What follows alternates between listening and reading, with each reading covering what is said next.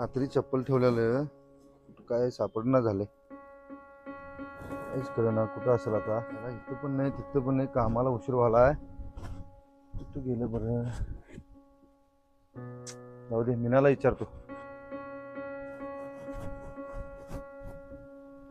मीना, चप्पल बघितली माझं?